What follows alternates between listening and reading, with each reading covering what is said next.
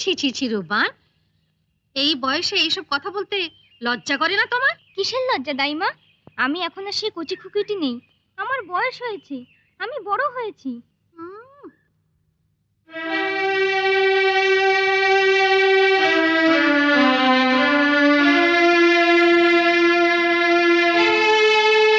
মহারাজের জয় হোক, মহারাজের জয় হোক। শুভ সংবাদ মহারাজ। কি সংবাদ? ভগবানের কৃপায় প্রাসাদ আলোকিত করে আপনার একটি পুত্র সন্তান জন্মেছে মহারাজ।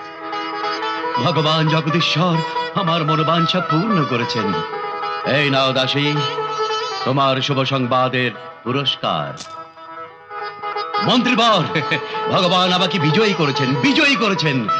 তাই আমার পুত্র সন্তানের নাম আমি বিজয় রাখলাম। খুব সুন্দর নাম হয়েছে মহারাজ, এ নামের কোনো তুলনাই হয় না। বিশ্বাস করুন মন্ত্রীবর, আজ আমার এত আনন্দ হচ্ছে যা আমি ভাষায় প্রকাশ করতে পারছি না। যান, ঘোষণা করে দিন, রাজ্যময় সপ্তাহ ব্যাপী আনন্দ উৎসব চলতে থাকবে। আজকের এই আনন্দের দিনে মহারাজকে বড়ই চিন্তিত মনে হচ্ছে। হ্যাঁ, কি হয়েছে আপনার মহারাজ? যা হবার তা তো হয়েই গেছে মন্ত্রীবর। এ আবার কি কথা মহারাজ? সামান্য শান্তির মুখ দেখতে না দেখতেই আবার অশান্তির সংকেত। ওই অশান্তির সংকেত দিন রাত আমাকে পীড়া দিয়ে আসছে। তাই তো এত আনন্দঘর পরিবেশেও আমার মনে বিন্দু মাত্র আনন্দ নেই। আমার পুত্র বিজয়ের 12 দিন বয়স পূর্ণ হতে আর মাত্র 5 দিন বাকি। সেই দিনই 12 বৎসর পূর্ণ হওয়া কোনো যুবতী কন্যার সাথে বিবাহ দিয়ে তাকে নির্বাসনে পাঠাতে হবে, নইলে নইলে সে আর বাঁচবে না। মহারাজ, 12 বছরের যুবতী কন্যার সন্ধানের দায়িত্ব এ অধমের ওপর ছেড়ে দিন। প্রয়োজনে একটা নয় 10টা পরগনা খুঁজে 100টা 12 বছরের কন্যা এনে হাজির করব। হ্যাঁ হ্যাঁ, সেনাপতি সমর সিং তাই করবেন। নইলে যে রাজ্যের আলো আর প্রজাদের মুখের হাসি দূর হয়ে যাবে চিরতরে। মন্ত্রী বলুন মহারাজ। আজ রাজ্যময় ঢোল পিটিয়ে রাজ ঘোষণা প্রচার করে দিন। যথা আজ্ঞা মহারাজ, আমি এক্ষুনি সব ব্যবস্থা করছি। জরুরি ঘোষণা, জরুরি ঘোষণা। আগামী মঙ্গলবার দিন যার কন্যা বা ভগ্নীর বয়স 12 বৎসর পূর্ণ হইবে, সে যেন তার কন্যা বা ভগ্নীকে নিয়ে রাজা বিক্রম রায়চৌধুরীর 12 দিনের একমাত্র শিশুপুত্র বিজয় রায়চৌধুরীর সঙ্গে বিয়ে দেবার মনস্থির করে রাজ দরবারে উপস্থিত হইবেন। যে ভাগ্যবান ব্যক্তি উপস্থিত হইতে পারবেন, মহারাজ ঘোষিত 1 লক্ষ স্বর্ণ মুদ্রা এবং অর্ধেক রাজত্বের অধিকারীও হইতে পারবে। না না না, কখনোই বিয়ে হতে পারে না। দরকার হয় মেয়েকে কেটে নদীতে ভাসিয়ে দেব, তবু জেনে শুনে অমন ভাবে মেয়েকে জলাঞ্জলি দিতে পারবো না। ঠিক আছে গিন্নি, তোমার কথাই থাকবে। বড় স্বাদ হয়েছিল রাজার বেয়াই হব, সে ঘুরে বালি। এ কি বললেন মন্ত্রীবর? 12 দিন পূর্ণ হতে আর মাত্র 1 দিন বাকি আছে, অথচ আমার একমাত্র পুত্রকে রক্ষা করতে আপনার একটা 12 বছরের কন্যার সন্ধান দিতে পারলেন না। চেষ্টার কোনো ত্রুটিই করিনি মহারাজ। তার মানে আমাকে বোঝাতে চাইছেন যে আপনি আমার এতদিনের পুরাতন অভিজ্ঞ মন্ত্রীবর হয়েও আমার এত বড় সংকট মোচনে আপনি সম্পূর্ণ ব্যর্থ হয়েছেন। না মহারাজ, তবে তবে কি বলতে চান? এই রাজ্যের কোথাও কি 12 বছরের একটি কন্যাও নেই যার সঙ্গে আমার বিজয়ের বিবাহ দিয়ে তাকে বাঁচাতে পারি? থাকলেও কেউ যে স্বীকার করতে চায় না মহারাজ। তার এত বড় সাহস যে 12 বছরের কন্যা ঘরে রেখেও স্বীকার করতে চাইছে না? বলুন মন্ত্রীবর, আমি এখনই নিচে গিয়ে তার দেহ থেকে মুন্ডুটা খণ্ডিত করে নিয়ে আসবো। থাক সেনাপতি, তার আর প্রয়োজন নেই। আপনারা এখনই রাজ জ্যোতিষীকে দরবারে হাজির করুন। গণনা করে দেখব 12 বছরের কন্যা কার ঘরে আছে। 12 সালের কন্যা চাই, নইলে এবার রক্ষা নাই। ওম শান্তি, ওম শান্তি। সিংহ, কর্কট, তুলা রাশি, কন্যাতে কাছাকাছি। রাজকোতোয়াল হরিরাম সিং, তার কন্যার বয়স 11 বছর 26 দিন।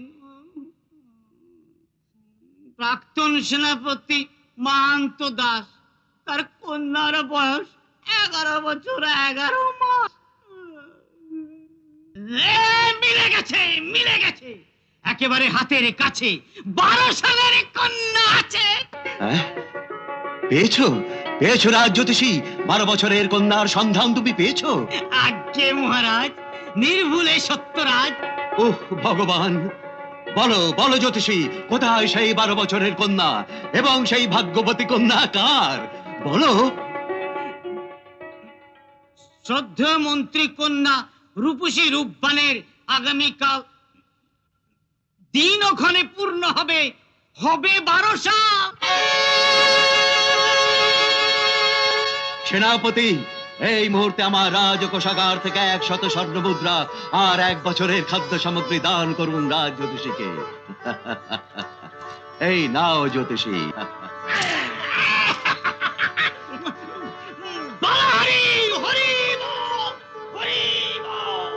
মন্ত্রীবর, আমি বড় আশ্চর্য হচ্ছি এই ভেবে যে মন্ত্রীবর আমার এতদিনের পুরনো এবং বিশ্বস্ত হয়েও কিনা আমার এই বিপদকালে সব জেনে শুনেও কোনো সাড়া দিলেন না। এই যে আমার ভাবতেও অবাক লাগছে মন্ত্রীবর। অপরাধ নেবেন না মহারাজ, আপনি ঠিকই বলেছেন। আমি সব জেনেও সাড়া দিতে পারিনি, হয়তো এখনো পারবো না, কারণ পিতা হয়ে দেখে শুনে আমি আমার একমাত্র মেয়েকে তো আর জলে ভাসিয়ে দিতে পারি না। মন্ত্রীবর, আপনি কি এখনো চান না যে আপনার সঙ্গে আমার ভ্রাতৃপ্রতিম সম্পর্ক অটুট থাক?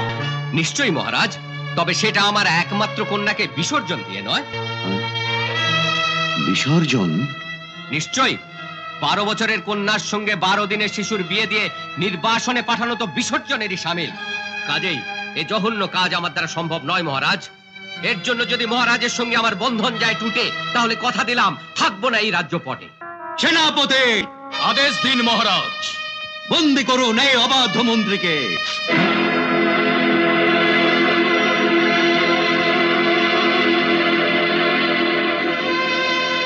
ঘটক দাদু। আজ্ঞে মহারাজ।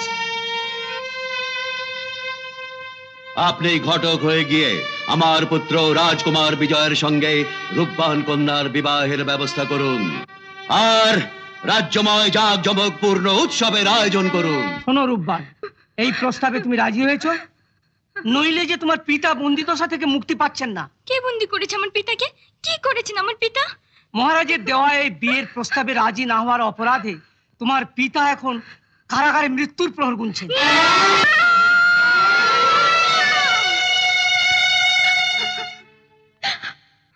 তুমি পারো আমার একমাত্র পুত্রকে বাঁচাতে। একজন পিতা হয়ে আমি তোমার কাছে আমার ছেলের জীবন ভিক্ষা চাইছি মা। তুমি আমার ছেলেকে বাঁচাও। বেশ, আমি আপনার প্রস্তাব গ্রহণ করে নিলাম মহারাজ। রূপবান, তুমি আমাকে বাঁচালে মা। হ্যাঁ, আসুন ভাই মন্ত্রীবর। সবকিছু ভুলে গিয়ে আমরা ওদের শুভ পরিণয়ের আয়োজন করি। হ্যাঁ, সেনাপতি এখনো দাঁড়িয়ে আছেন? যান, শুভ বিবাহের আয়োজন করুন।